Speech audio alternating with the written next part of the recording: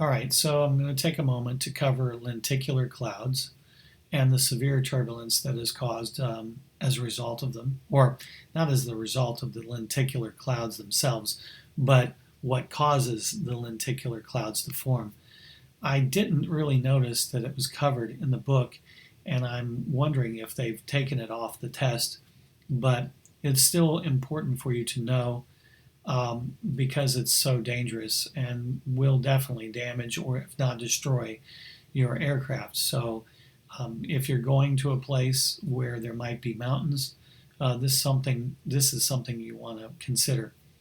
So we talked about obstructions on the ground in one of our previous videos and how the wind kind of goes around these obstructions. In this case, wind is forced up the side of a mountain, and you're looking at this from the windward side of the mountain, where the wind is striking this side of the mountain and moving back over the back.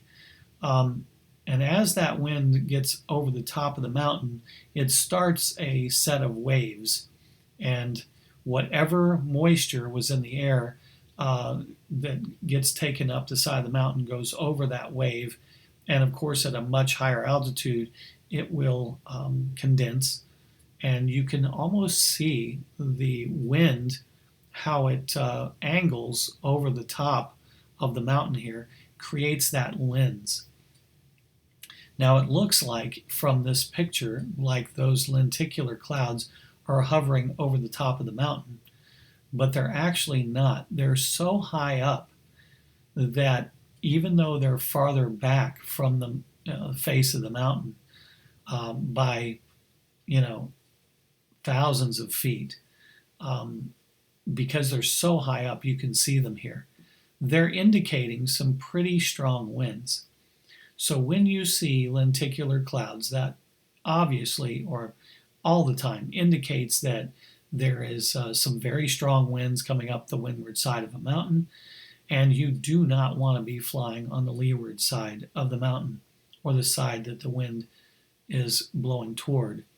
So on the leeward side of the mountain, you can see from left to right that the air strikes that mountain, it starts forming these waves. The lenticular clouds form on that second wave and beyond, past the mountain. And just like we were talking before about the rock and the stream, as the air comes around the sides of the mountain or over the top, it can start creating rotors that can spin vertically or horizontally. It's just really bad circumstances. You don't want to try to fly anywhere on that leeward side. Come to think of it, you won't even want to fly on the windward side of the mountain because the wind is pushing up the mountain, obviously in this case, very fast, and it could just take your aircraft and either push it into the side of the mountain or shove it up so high and so fast that it cannot fight its own way back out of that, and you'll lose the aircraft either way.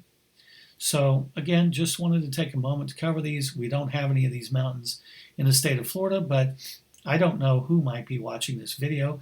Some people may be traveling, or some people may be living in a mountainous area and watching this set of videos. So this is something you might want to, take into consideration.